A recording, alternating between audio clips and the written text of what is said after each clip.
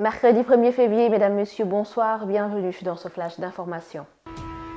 Accès à l'énergie, l'intégration des femmes souhaitée. Selon Rokhaya Dabafal, président du réseau des femmes et des jeunes dans le secteur de l'énergie, les femmes qui s'activent dans l'agriculture gagneraient en revenus si toutefois elles avaient accès à l'énergie, ce qui leur permettra de conserver et transformer leurs marchandises et constitue une opportunité de croissance pour elles, une activité qui participe à leur autonomisation et à la capacité à soutenir et développer leur famille. Indice de perception de la corruption, le Sénégal toujours dans la zone rouge. Le rapport sur l'indice de perception de la corruption IPC 2022 publié hier classe le Sénégal parmi les pays à surveiller.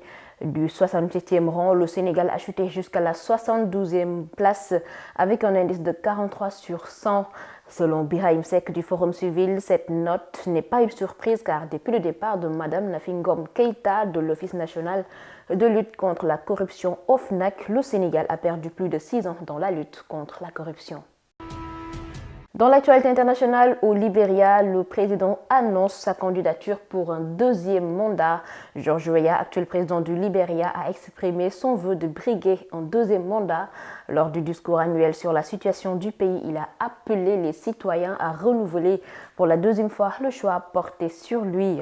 Ancien footballeur, George Weah a été élu président du Libéria à l'issue du second tour de l'élection présidentielle de 2017. Recul de l'inflation dans la zone euro pour le troisième mois consécutif. C'est le constat effectué par Eurostat ce mercredi. Le taux annuel d'inflation de la zone euro a reculé en janvier pour le troisième mois consécutif à 8,5% après 9,2% en décembre.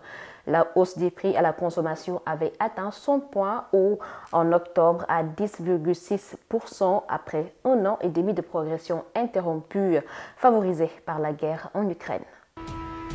Dans la page de sport en football, CHAN 2023, le Sénégal glorieux face au Madagascar. L'équipe nationale de football local du Sénégal s'est qualifiée en finale du championnat d'Afrique des Nations après sa victoire devant les Malgaches.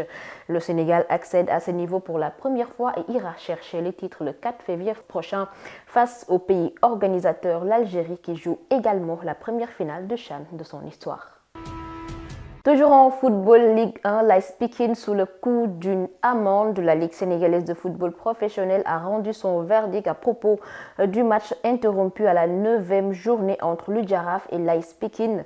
Cette dernière, menée au moment où le match était suspendu, a fini par être forfait et reçoit une amende de 150 000 francs qu'il devra payer avant sa prochaine sortie.